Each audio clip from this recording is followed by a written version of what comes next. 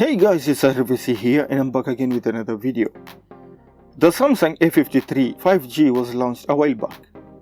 I really wanted to get my hands on it, but all the available version was the 6GB. Well, I finally got my hands on it and this is the 8GB version. I have been using it for a while as my daily driver and here is all what you need to know. When it comes to design, there's almost nothing that separates the Galaxy A53 from the previous A52 5G.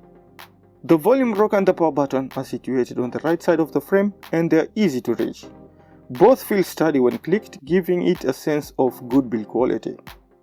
The build quality, however, is nothing really exciting. It has a plastic back with matte finish that is resistant to fingerprints. To be honest, the phone doesn't feel cheap at all. It actually reminds me of the Note 3 and the Note 4. In terms of protection, the A53 5G has an IP67 rating for dust and waterproofing, as well as Gorilla Glass 5 to protect its display. The Galaxy A53 is equipped with Samsung's own Exynos 1280 SoC that is built on a 5nm processor. It features a total of 8 cores. 2 performance cores and 6 efficiency cores. This unit packs 8GB of RAM and 2GB of internal memory, which can be expanded via microSD card up to 1TB.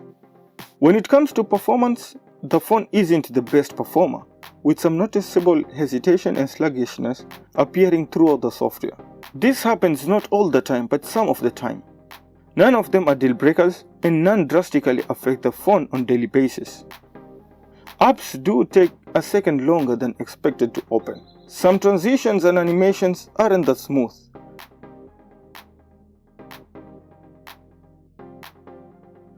The A53 5G comes with an Infinite or Super AMOLED display with 120Hz refresh rate. It's 2400 by 1080 resolution and 800 nits of maximum brightness. The 120Hz refresh rate is as great as you would expect it to be. It makes the phone feel snappy no matter what you're doing on it. And the animations look extra buttery smooth. There's no issues with viewing the display since it produces vibrant and punchy colors. The A53 5G features a 64MP with f1.8 main camera and optical image stabilization. Beside the main camera, there's also a 12MP f2.2 ultra-wide, 5MP f2.4 depth sensor, and a 5MP f2.4 micro snappers. While the A53's camera performance doesn't quite compare to the flagship phones, it laps same price competitors with its photography game.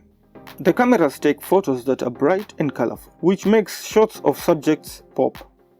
There's a high dynamic range and pictures are sharp too, as long as you take them with the main camera. The macro and the depth sensor are gimmicky to me, but they are there if you need them. The selfies are pretty good for social medias as well.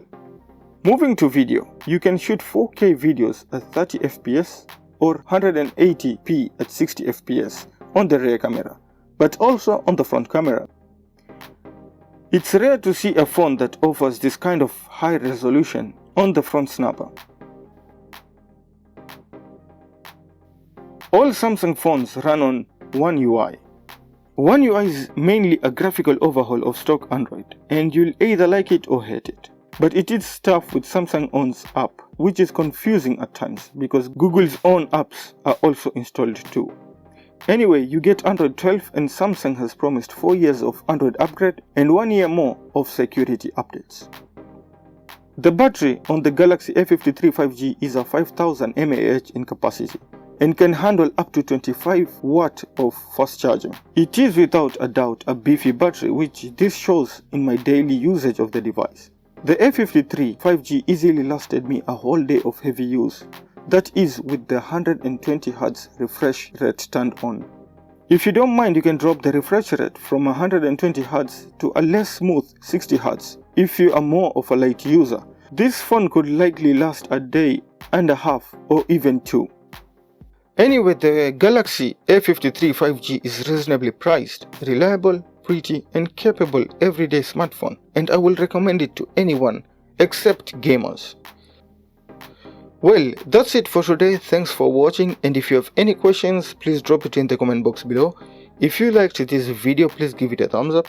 If you haven't subscribed to my channel, please do so. Share this video, and I guess I'll have to see you in the next one. Bye.